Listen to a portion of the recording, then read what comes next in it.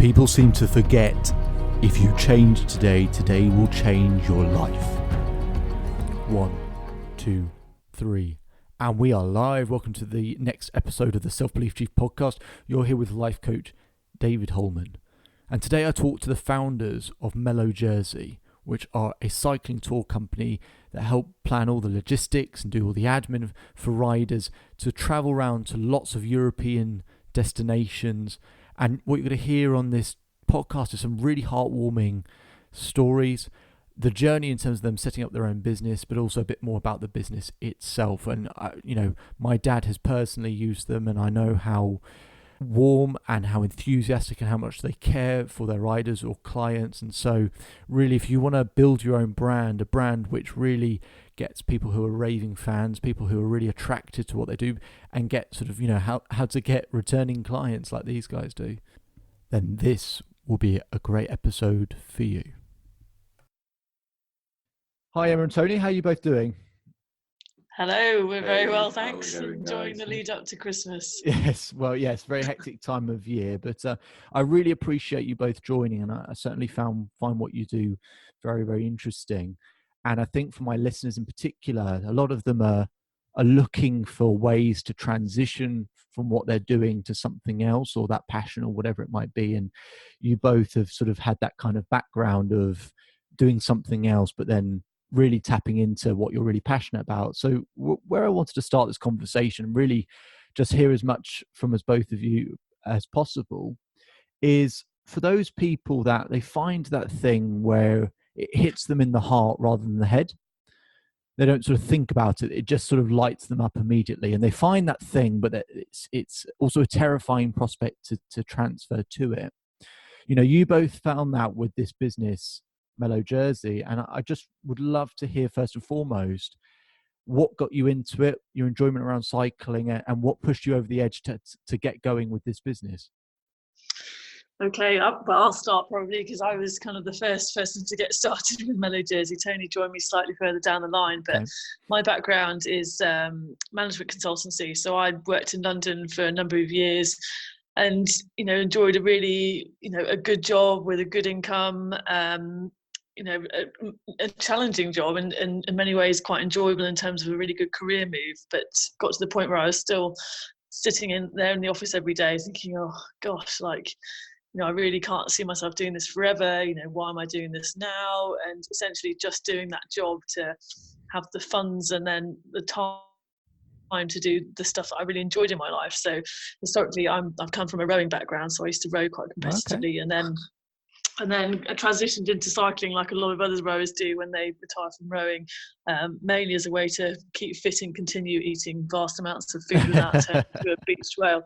And then basically, left that management consulting job with initially no plan about what to do next. I knew that, that wasn't going to be the job for me forever, and just thought, right, well, I'm going to have to make a stark change to do something completely different. Mm-hmm. And initially just went to do something fun and went, followed my passion and love of sport and travel, and went and worked abroad over in Mallorca as a ride leader, as a kind of cycle guide. And then from that point carried on and set up the business. But it was very much it wasn't a light bulb moment of, right, this is what I want to do. I've always loved cycling. Mm-hmm. It just kind of found its way through trying different avenues. And Tony's got a similar story, really. So to a vast extent is the same story, really. I did a Land's End on Road sort of ride as a customer many moons ago, and one of the things that struck me was the amount of energy I could see bouncing off the people that were running that trip.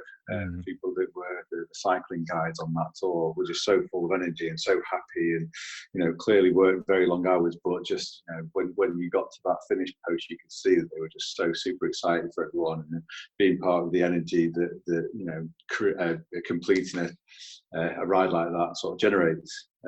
So that stuck with me. As much as the ride was incredible for me, it stuck with me that these guys are obviously loving their jobs.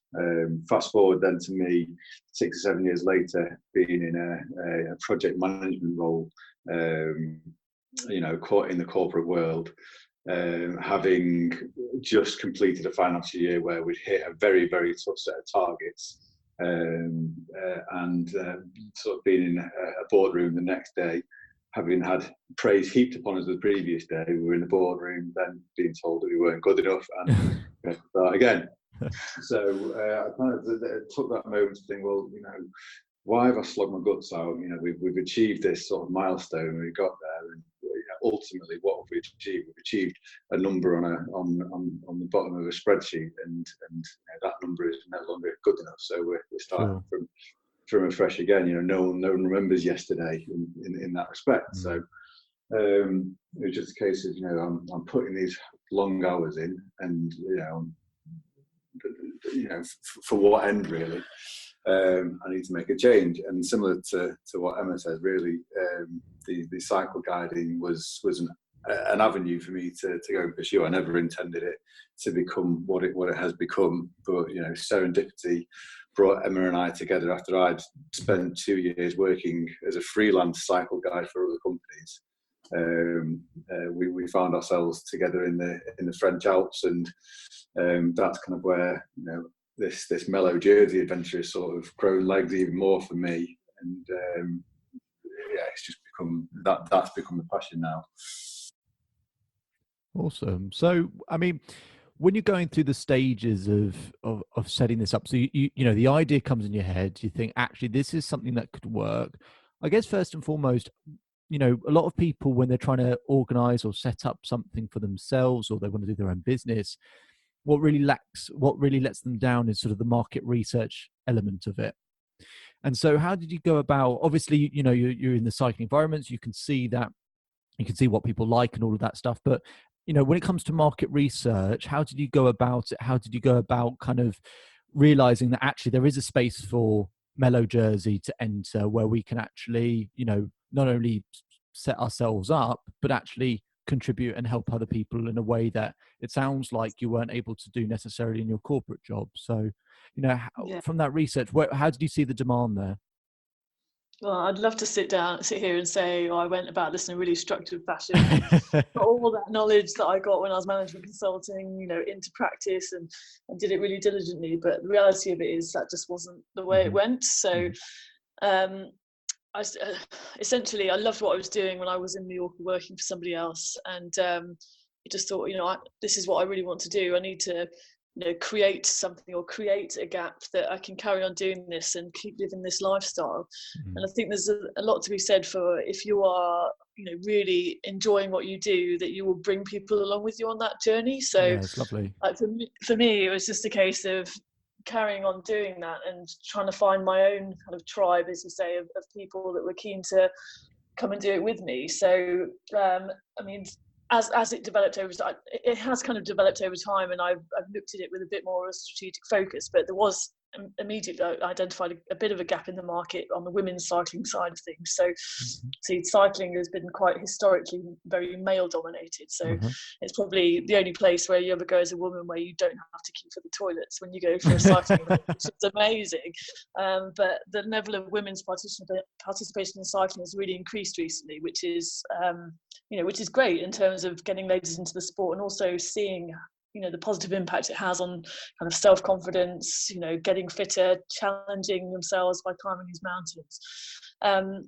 And I saw a lot when I was in New York. There was lots of kind of big groups of people, and especially the fitter, kind of more experienced female riders would generally be riding on their own with a group of guys. I thought, well, there's got to be a way to bring these kind of ladies together to train together and really enjoy riding with a group of like-minded ladies. So put kind of a ladies cycling camp together in Mallorca, and had great feedback, and I've continued to run those since. And we're now kind of branching out and running ladies trips in other destinations like the Alps, for example.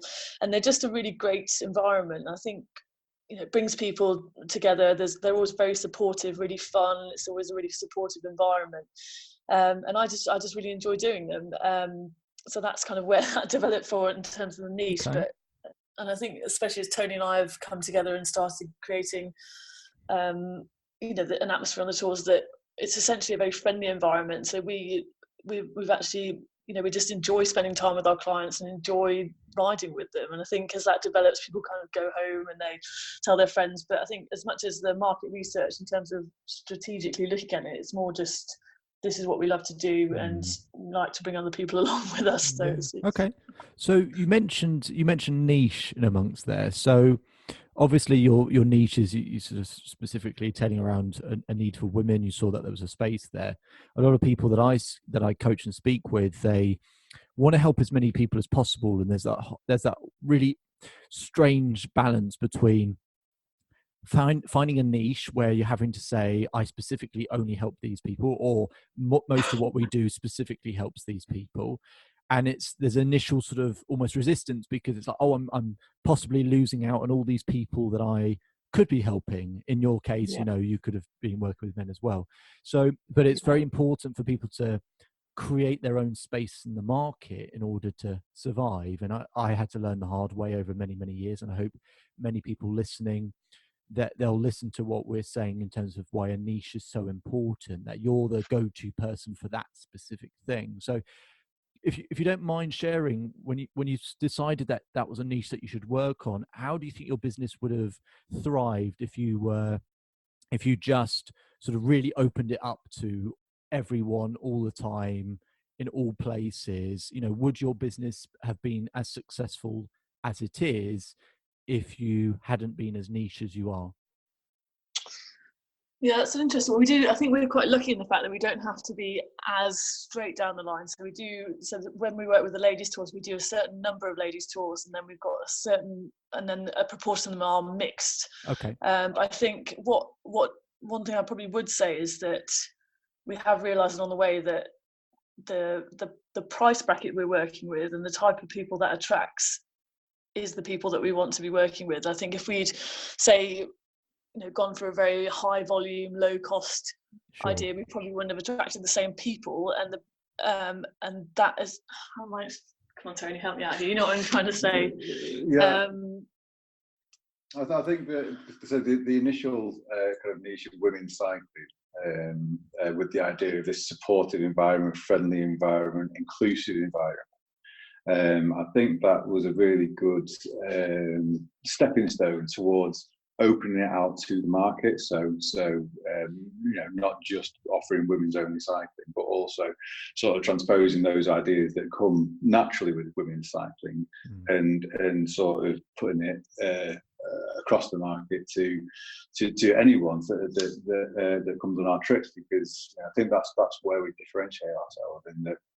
The trips that we run, yes, it's for competent, sort of good cyclists that are of a, particular athletic ability, but who don't necessarily, have to feel in competition whilst they're on our trips. With the other people that are there. These people are there to have an enjoyable holiday, do some great cycling, ride well, but be encouraged to do so, and also be encouraged to socialise with one another, to socialise with us.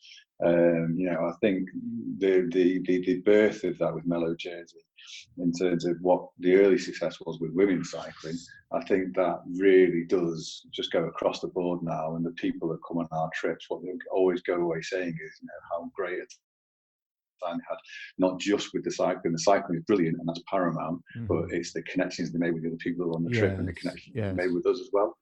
So the niche is really important. I think it was a really important evolution to go from, to draw it out from women's cycling and actually put it across the board to everything that we now offer.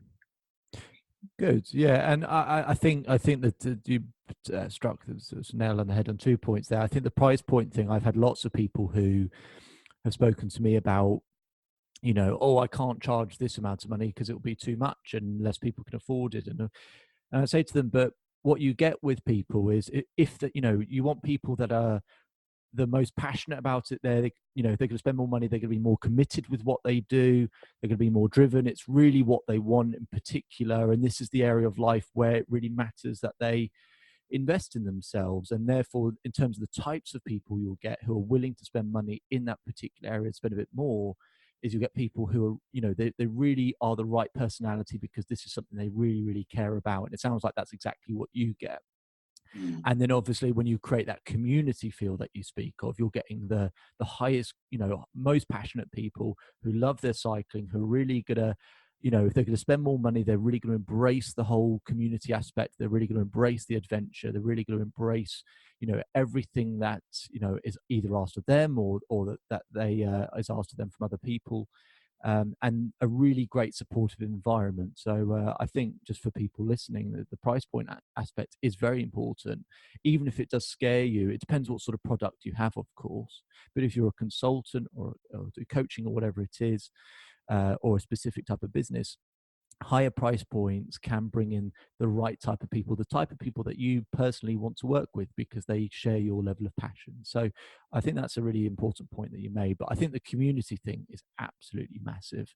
And it's something that I try and bring very much to what I do. And I think it's fundamentally, it's the key thing that everyone wants really. So I totally agree. And I'm glad it's, you're able to create this vibe and environment. And it sounds like it's going really well. What I want to talk about is in the early days, I think when a lot of people come up with an idea or something, they have that kind of initial excitement and they don't know what they don't know. And so there's that huge rush of excitement, like, yes, we can do this. And then the confidence can sometimes drop a little bit when you start knowing what you don't know. So you're aware of what you don't know all of a sudden. And then that becomes quite scary. And you've got to ride that roller coaster to eventually knowing what you need to do and knowing the route forward, at which that's the best point. So really, I just wanted to ask you about maybe some of the tough times at the beginning, some of the doubts that you had, maybe some of the fears that you had about being able to do this and some of the problems that you stumbled along the way. Yeah, I wish you only had to ride that roller coaster once. Yes, exactly. Yes. Getting back on and off again. Yeah. I think, I definitely, in the beginning, I think for me, it was, first of all, the initial scare, moment where you think, oh my God, this is ridiculous. I'm leaving behind this job that pays me a really good salary. And I'm basically going to be earning very little and working harder than I've ever worked. And I still feel like that sometimes. I think, I can't believe I'm, earning like less than a quarter of what I used to earn and working probably 4 times as hard. But then it never feels as bad when you're doing it for yourself. I think when you have a bit of a sense of direction and know where you're going. But I think, the beginning for me was constant thinking, am I doing the right thing? This is, why am I doing this? And then there's one little thing that happens that I think gave me the reassurance that you think actually no, it is going to be okay. Like, say for example, like you get a couple of people book on, or you get a new inquiry, and that's how it was in the early days. Just seeing that a couple of bookings coming in and thinking, okay, great, that trip's going to be able to run now. That's great. And then the validation that it goes really well, and people then go away and tell their friends and comes back, and it starts to grow. And you think, actually, maybe we can do this. But I think there's always that demon in the back of my head that still comes around now, thinking, are we doing the right thing? But then it just kind of goes up and down, doesn't it? Generally towards the back end of the season. Yeah, exactly. Right. And then we have a bit of time off, and then we're refreshed and ready to go. But I think the feeling that I'm doing something that is true to myself has been a constant reminder of thinking, I'm on the right track, because I used to constantly sit in my job and think, this isn't me, I'm having to put on a certain personality. And there's a certain degree of confidence in thinking, this is me, I'm being myself, and that makes me know that it's the right thing. And talking completely honestly and openly, I think in the back of my mind, there's certain times where I have to just to calm myself down with all, think, right, well, if it's not working out by the end of this year, then we'll make a decision and we'll change it. Who knows how long we'll do this for, or what the situation is. Like, it's not, you can change things as many times as you need in life, can't you? But for now, it's, we're having a good time, we're meeting some amazing people, and it feels like the right thing to do at the moment. Yeah, and I really urge people, and we all go through the points in our life where it can feel quite tiring and exhausting. And I work with people in numerous different areas where they're tired of their either their job or the grind or their schedule or whatever, and it just beats them down all of the time. And one of the things I say to people, and it sounds like this is where you both are at the moment, which is that, or sort of on the good side of this, which is that a lot of people are pushing themselves constantly to move. They're pushing themselves to get up. They're pushing themselves to go and do this. They're pushing themselves to go and do that. And whenever you have to push yourself, it's tiring, it's exhausting, it's disheartening. When you find something like you two have found, it pulls you. And when you get pulled, it gives you energy, and hopefully gives you a boost, and hopefully it pulls you through those tough times, it sounds like. So when it is difficult, when you're not, it's not the safe corporate job, earning X amount of money, knowing where the money's coming from and all of that stuff, you sort of wonder, well, what actually gets me through it? And I guess what gets people like us through it is you're being pulled into doing what you do. And so, definitely. There's an element as well of just thinking about not having any regrets. Like, I knew I'd always wanted to try and set up a business. So you just think, well, there's no time like the present, is there? But, I'm going to give this a go. And then, if for some reason it doesn't work out, and you think, well, at least, I've done my very best and I've tried the best I can. Yeah, absolutely. And I just want to change tact a little bit where, I have a lot of people who speak to me about kind of work-life balance. And specifically, what's that? Exactly. It's interesting you say that, because I'm of the opinion that I don't believe in work-life balance particularly. And what I mean by that is, to find something that kind of meets all your needs at the same time, where actually, and a lot of people when they say work-life balance, they're talking specifically about a partner or spouse, and actually the time that they get or don't get because of what they do. And I believe a bit more in work-life integration, which is that if you've got a way to integrate your passions into your job, which can be shared between two people, that's a really good way to go about it, a really good compromise. Now, I'm not saying work-life integration is possible for everyone. I'm not saying it's an easy thing by any stretch of the imagination. I just wanted to really get your opinion, if you don't mind, in terms of actually how you find working together. I don't know how much time you spend together actually working on the things together, but how does that, how easy or not easy is that? It's clearly, as Emma sits next to me, it's the easiest thing in the world. Be honest. But no, I mean, to be honest, that question is obviously you're going to have challenging times when you spend 24 hours a day in each other's company, and it's not a case of, there are no definitive lines between at 7:30 in the morning saying, okay, see you later, I'm off to work, and it's 6:30 in the evening coming back and preparing an evening meal together. There are no defining lines. The business is this thing that's ever present, and we constantly are kind of either discussing something relating to the business and something that's come in, and our asking each other's opinion on X, Y, Z to do with the business. But at the same time, our lives continue in every other aspect. So I think that's what you said about integration is very interesting, because I think that you can be forgiven for sort of beating yourself down and saying there is no work-life balance, like we don't give ourselves enough time for each other or for this or that. But actually, you're giving each other that time constantly. So we're, for example, we've just spent 93 days we worked out in a row in each other's company for 24 hours of every waking and sleeping minute we were in each other's company. Okay. And it went by like a flash. Yes, there were moments where we fully wanted to kill each other, but in the same and opposite, there were plenty of times where it was just great to be in each other's company, and great to be continually looking back and thinking, gosh, look at what we've achieved this year, look at what we've actually done, look at what we're actually doing, and look at what we're able to do going forward. I like that concept though about work-life integration. It's like, I mean, there's two ways of looking at it, isn't it? They say you do something that you really love for work, and then essentially doing something that you're passionate about. But then on the flip side, when that becomes your work, it's no longer your hobby. So it takes away that element of it. Yeah. But then I say that we've worked really, really hard, but then we're really lucky in the fact that we've spent this year in some amazing places with amazing people, and that it's. I mean, sometimes you can. Sometimes say, "Oh, it doesn't even feel like work," but then there's sometimes where it really does. Sure. Yeah. Overall, on the balance, like going back to the whole balance thing, you think you know sometimes have to take a step back and think, well, actually, like we could be just sat in an office every day, and we're not. We're in some amazing places, and you know, showing and helping people have amazing adventures. So Do you it's definitely a balance.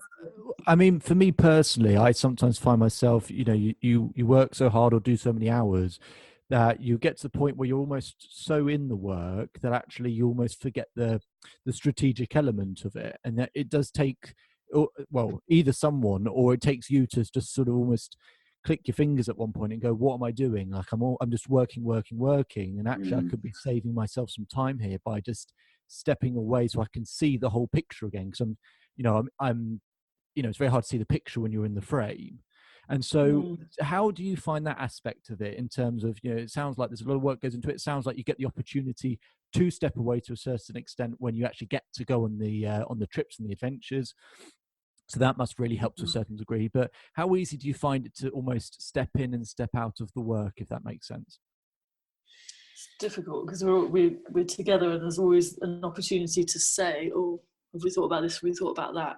I think one thing I've learned, especially this year, so we just come to the end of year 3, is that what you did in the beginning doesn't necessarily work now, and it's having to constantly change and adapt the you know, your approach. So say for example year 1 we did 3 trips, so I had all the time in the world in between to A, work a different job and earn some money, and B, just plan and get ready for that. Whereas you know, this year we did a lot more trips, 32 trips between us, in different forms, either freelancing or with Mellow Jersey, and you don't have that time. So now you're thinking, right, we're gonna have to adapt again and think, right, for us to keep moving forward and have the time to do that strategic stuff and looking and planning and looking where the business is going and getting more business and contracts.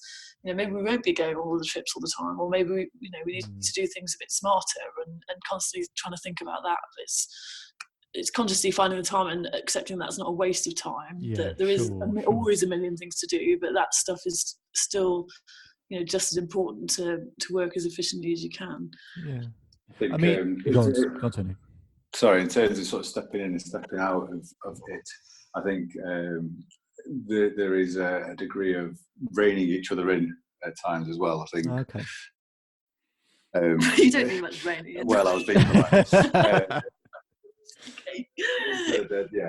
think Emma certainly, you know, can never be accused of being work shy. You know, she will work till, you know, well, every week, waking minute, she'll be doing something or other. I think, you know, the lesson to be learned again from this year is sort of just knowing when to say, like, it's time to take a break from this and step away from it altogether, just so you can be refreshed and renewed. And again, and, you know, to coin the phrase work-life balance, I think you just need to find that equilibrium. You need to be able to step away from it to be able to appreciate A, what you've achieved, B, what you're doing right now, and C, you know, where that's going to take you going forward. I think you definitely need to sort of be able to come away from it to gain a perspective.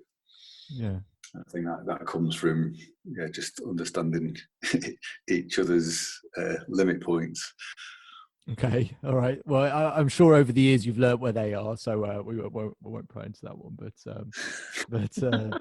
so I mean, you mentioned about 32 different places. I mean, that is crazy. I mean, just sort of stepping outside of the work element of it. Tell me about some of your favourite places that you've been to.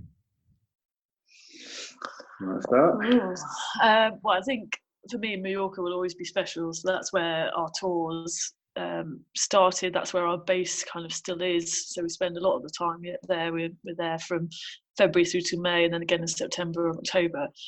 So for me, that element of it is probably really special and always will be. What about you, Tony? For me, the French Alps hold a pretty special place for me. Just it was the first real kind of alpine adventure that I went on as a cyclist, not as running a tour, but as a for my hobby. And then to be able to return to that area, running a trip has been golden. It's a wonderful part of the world for me, and I really love kind of taking people there for the first time and showing it off to them. Yeah, so the French Alps for me is that's probably the most special place. And we met there. Oh, let's not forget that. Well, yeah, you got to mention that. I was waiting for Emerson. Oh, lovely. So yeah. I mean, well, so some of what really makes a difference, I think, for the bit. I think it was you, Emma, who mentioned this, which is that kind of the validity when you start to see, you know, okay, so people are joining this trip, so and people like what we're doing, and you know, as much as we all want to be able to, you know, find our own self-love and self-happiness and be able to be, you know, self-confident, and we give all of that stuff to ourselves. When it comes to business, of course, it's very hard to do that because you need the validation of the people you're providing a service to.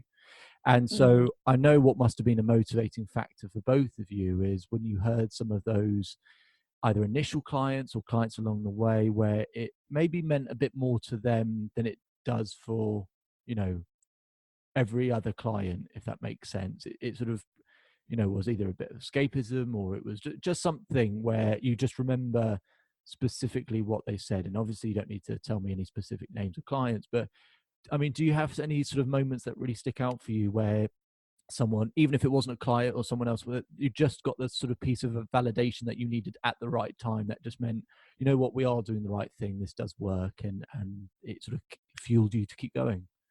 Yeah, I think one of them for me is we've got one of the ladies council with a couple of ladies who had come out on a trip, and then, I mean, this is the joys of like social media, isn't it, as well? You see them going home after the trip, and they're posting loads of pictures. They've got the cycling bug, and they're doing loads of riding. And then, you know, another one of their friends came back and said, "Oh, you know, that trip, you know, just gave them the bug. They're just both obsessed. Like, they're doing so much riding. You just think, oh, it's great. Like, giving people the inspiration and the experiences to really, you know, have amazing adventures of their own." And then, well, a big thing for me as well is seeing our clients kind of catching up in between trip. We're really lucky that we've got quite a high repeat client ratio. We see a lot of our clients again, which is amazing. So, but just seeing them catching up with each other in between trips and interacting on social media, and just think, oh, these are, you know, great friendships that we're seeing developed, which is amazing. What about you, Tony? Yeah, hands down. The one moment for this year, the defining moment for me this year was actually on the last trip of the season. A lady who we'd met back in March, that just a wonderful and inspiring lady, was diagnosed with a life-changing illness earlier in the year, and she came back out in October to do a camp, having deteriorated somewhat physically. Wasn't as able to ride the bike as she was, but came out to the camp anyway, and just surprised herself in terms of how much she was able to do. So there was one particular climb in Mallorca that was probably the toughest, well, one of the toughest of the whole trip, and she got to the top, and I'd kind of ridden up with her, and her friend had waited at the top, so the rest of the group had gone up, but she waited at the top, her friend. And I was there to experience the two of them just like embracing each other, because the lady had, you know, achieved something that she definitely didn't think she was able to achieve, and just the rush of raw human emotion, seeing the two of them just like, you know, sharing this moment together, and also involving me in that moment as well, and the gratitude that I got for kind of like helping, you know, just being there to support her getting up to the top of the climb. It's, yeah, that's something, you know, going back to the bottom line of the spreadsheet of my corporate career, you know.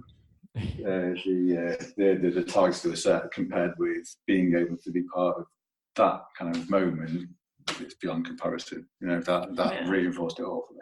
Well, similarly, riding with Daddy Ron and his buddies. Yeah, so for people who are listening, my dad. Yeah, so well, you know, Dad, he'll listen to this at some point. So talk to me about him and the crew. Oh, they were so late. Yeah, that was a real treat. That was. Okay, now that's great. Now tell me what you really feel. Yeah. It was, honestly, that was an amazing. So for anyone that's listening, so David's dad Ron has got an amazing friend Tony and their friend Colin. So Tony has Parkinson's, and I was lucky enough to ride with them on day one of Where the Roses Coast to Coast UK. Wettest day was it August, which you would expect to be sunny, which was in reality the wettest day I think I've ever spent on a bicycle. But seeing Tony being an absolute trooper and completing that day, which is a challenging day for any cyclist, was incredible. And just having a great day of chat with the three of them was just ace. Great, yeah, real source of support for one another, and I think, you know, again, it's dead easy to forget kind of, you know, what cycling can do, or what any challenge that someone sets themselves. It's very easy to, because you do so many trips a year, you see so many cyclists a year. It's easy to kind of forget what's the storyline of that particular person, from, you know, booking onto a trip and then graduating to the training that's involved, and then getting to the trip, to then getting through the trip and what that means at the end. To be part of that, and to see, you know, Tony's in particular, but also, you know, Ron and Colin's support of Tony getting through the trip, and, you know, the friendship those three clearly share, and the hardships that they've gone through with each other together. You know, Colin had his own hardships with his daughter who he sadly lost, and all that kind of stuff. And these three have done these trips together. You know, it's all part of healing, and just it's just a wonderful thing to be privy to. And yeah, they were great fun. And I had a fantastic chat with Ron about physics and philosophy. It was a strange old afternoon. I was going to say, the philosophy and physics met. The surprising operative word in there was fantastic conversation. I mean, no, it was. Okay, that's cool. Tony's inner geek came out after. Right. Okay. Okay. Well, and he ruined it for himself by having the most worn brake blocks I've ever seen any human being have. A double puncture when I was riding with him. Shocking. Well, I'm glad you enjoyed the experience with them, and I know it meant a lot. The help that you provided as well, and I think, you know, it is one of those things.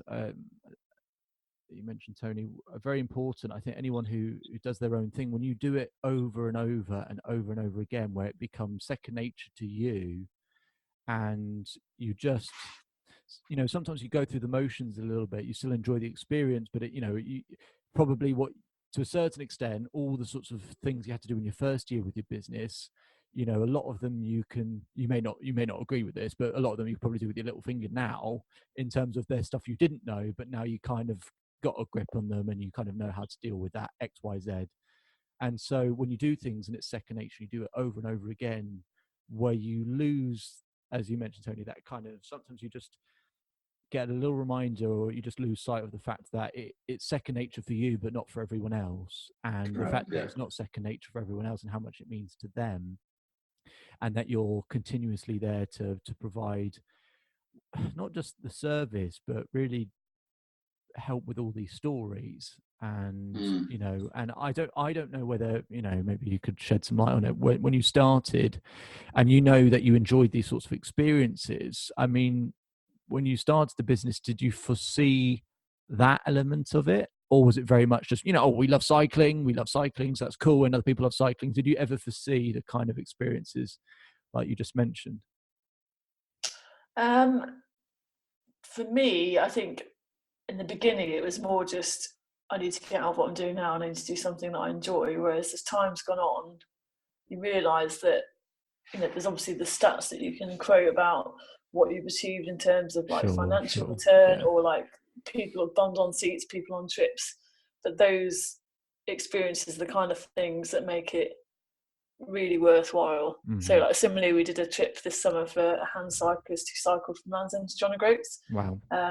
Who is an amazing man, and just the feeling of safely and successfully delivering them from one end of the country to the other was amazing. And you just think, well, that outweighs anything else that we've achieved in terms of stats for the year. So, but yeah, obviously everyone needs to earn a buck, don't they? True, but true, yeah. you know, those are the things that make the whole thing really worthwhile, and it's reflecting back on those things that you really remember. Yeah. When you have these stories, or you get these heartwarming moments, or just, you know, you really enjoy the trip that you've been on, you've done all the planning, and then you finally get to go on it, and you have a great time, and it's fun, it's exhilarating, all of that stuff. Tell me what you get that heartwarming feeling the day or two after a trip. Okay, so you have those sorts of high. How long does the kind of, let's call it the high last? How long does that high last? Does the next day you're like, oh, we gotta plan the next thing? Is there a bit of a come down? How does it feel the 2 days afterwards? Like, I have no concept of what that must feel like. Well, yeah, I mean, it's depends if the van breaks down on the way home. Exactly. Yeah. Right. Okay. Yeah, so it's I think this lifestyle, it kicks up everything. You know, I think you definitely need to be just on your toes and ready to deal with every situation as it happens, which can sometimes deflect from being able to sort of bask in the afterglow. I think Emma, hopefully you agree with this. Like, as we look back on the season now, having sort of decompressed, we can look back at it with an immense amount of pride, and the afterglow kind of comes back once you sort of, you sat there and say, hey, remember that day when, or that kind of stuff over the season, where you can really look back at it. At the time, in the moment, it's obviously wonderful, but you've also got to be continually present to deal with what's in front of you. So it's a very, very fast moving environment. So it's kind of the case of, deliver a trip, leave these guys with a wonderful set of memories, and hopefully they come back. But then you've got to back the nature of it and move on to the next trip. Very often over the course of the summer, you'll finish one trip and then go straight on to the next without any break.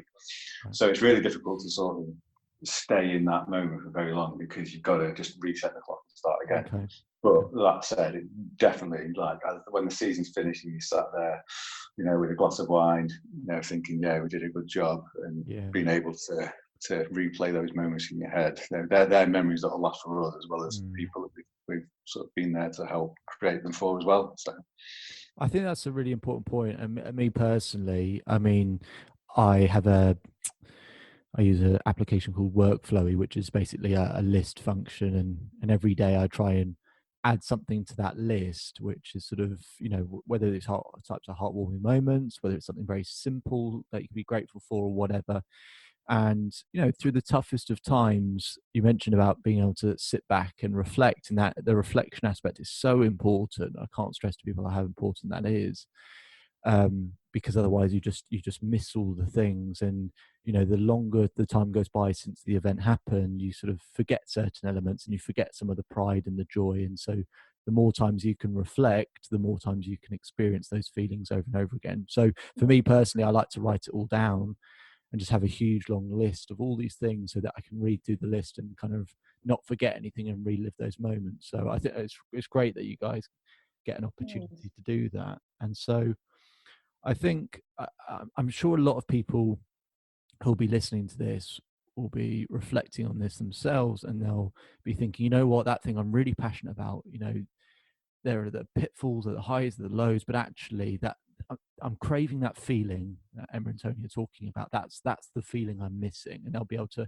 feel that and recognize it. And so I'm sure there isn't a definitive answer to the following question, but it'd be good to just get your opinion, which is, when it comes to leaving your job, when it comes to leaving the comfort or the certainty or the safety of the finance, the income and all of this stuff, to go and try and do something that you're passionate about, that you feel that actually you will regret if you don't get the opportunity to at least experience or do for a while, when would you suggest is a good time, a more opportune time, or an indicator that actually, now's the right time to leave your job, now's the right time to try it? Or do you not even look at it as an indicator?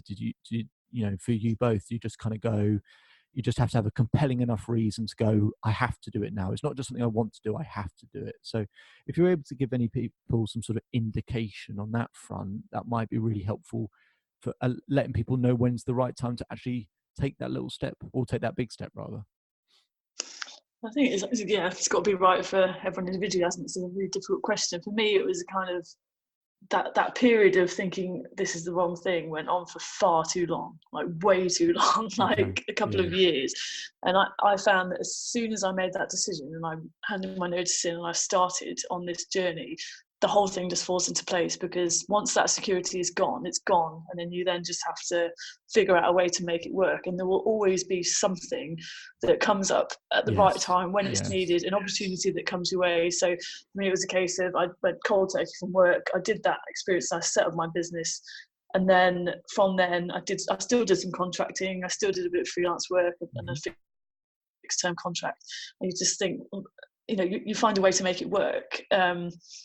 It's just a case of that the hardest bit was sitting in that feeling of insecurity, going, am I doing the right thing? Is this the right thing? Should I do this? Should I do that? Have I got enough money to last me X amount of time? But then the reality of it is, once you've done it, you just have to keep putting one foot in front of the other. What do you think, Tony? Again, I think there's trying to come up with a succinct sort of soundbite to say this is the time to press the button is very difficult, because I think it's different. Absolutely,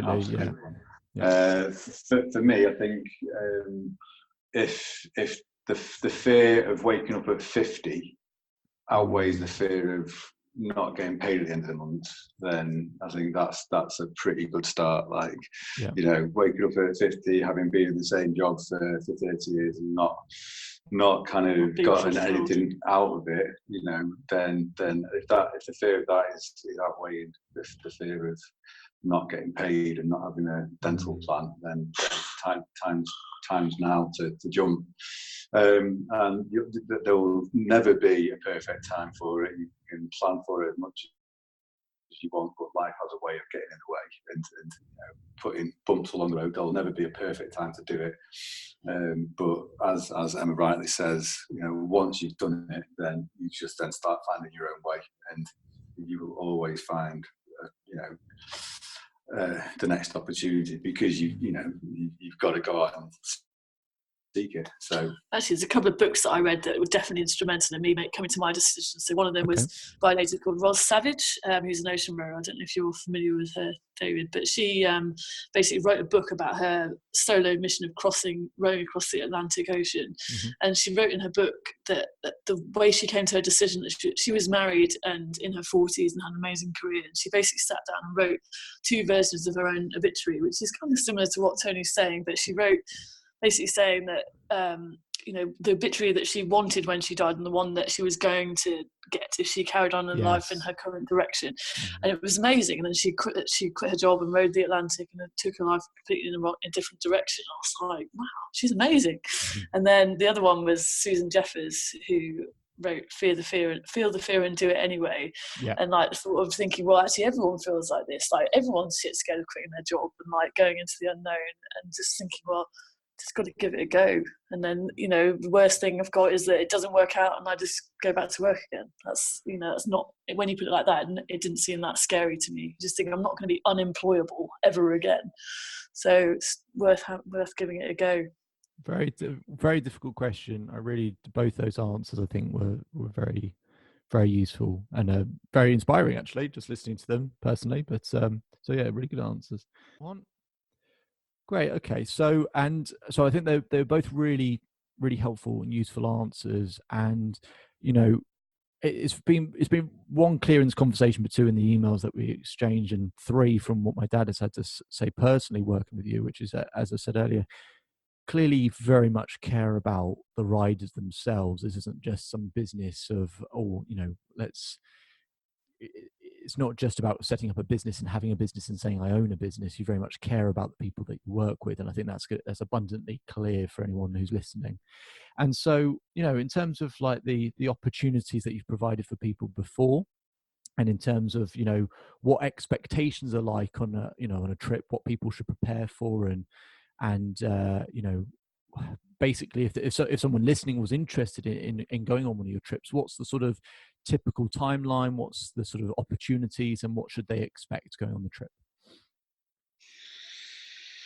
In terms of what we offer for a trip? Yeah. I mean, So for what's it? your riders. So I'll be interested in a minute to ask about what your current events coming up will be, and people may want to go on those. But just in terms of let's say a standard event or adventure that you're going on, what can people expect and what should people prepare for, and along those lines? Well, I think we go with the mantra that what we want to sort of focus on is allowing people the opportunity just to want to be able to focus on the cycling. Okay. And on the social aspects of it. So we try and take care of all of the admin that's around a trip, all of the logistics that they need to think about. We try to think about for them. So riding your bike, basically, Yeah. riding your bike, having a good time. But I mean, in terms of Perfect. specific destinations as such, like our main base, as I mentioned before, is in New York.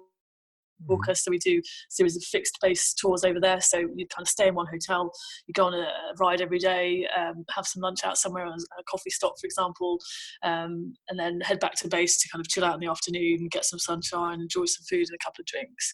And then we've basically, over the last few years, we've developed our offering outside of New York. So we're now running trips in the French Alps, both mixed and women's only.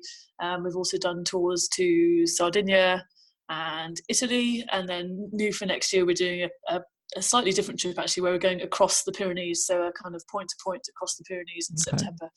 So yeah, we continue to add some destinations and change the profile, and we also take people out to some European sportives, so big kind of mass participation cycling events where we'll essentially kind of look after you from the moment you touch down at the airport, take you to the area, sort out your hotel, food, transport, and then you just have to rock up and have a great ride. So that's the ethos of what we're offering, really. Okay. And so before we sort of wrap up, and it'd just be helpful to share where people can access these rides, or they can book onto these rides, I would ask you a final question, which is there a place that you both have, either that share the same place or both have in mind, where you really would love to go that you haven't been able to go yet? Oh, that's a good one. I would like to get out to Norway at some point in the future. Oh, I've been there, so that's not bad. So no, you're not going.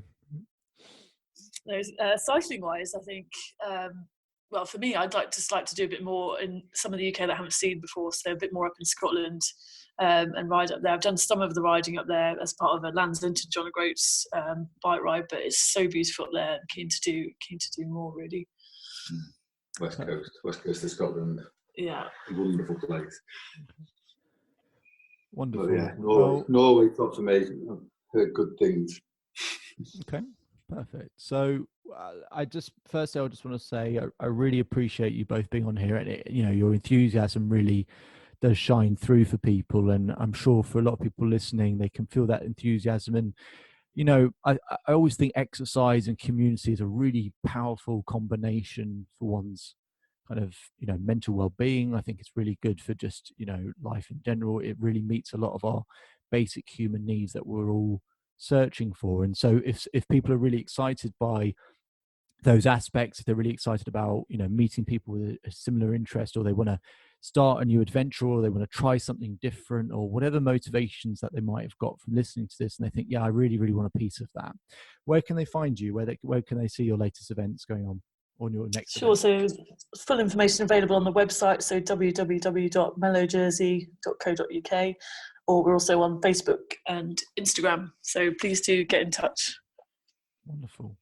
So I really suggest checking out, mostly, well, in part because as has been mentioned a few times, my dad personally has experience working with her, so I can say secondhand that he certainly really enjoyed the experience, but two, the support and the foundations that are laid out. And it does certainly sound like all your concerns in terms of if one of the things you hate about booking trips and adventures and all of this sorts of stuff is all the admin that comes with it, it sounds like it's very much handled for you as well. So I think it's a really good opportunity. So don't hesitate to get in touch with them if this is something where you think you're at a point in your life where you think, actually, yeah, I really would love to try that. But aside from that, Emma and Tony, it's been a real pleasure speaking to both of you, and just say the work that the many stories that I've heard personally, but also some of the ones that you've shared today, are very heartwarming. And I love meeting people who share a common goal in in really making a difference to other people's lives. So I just wish you all the best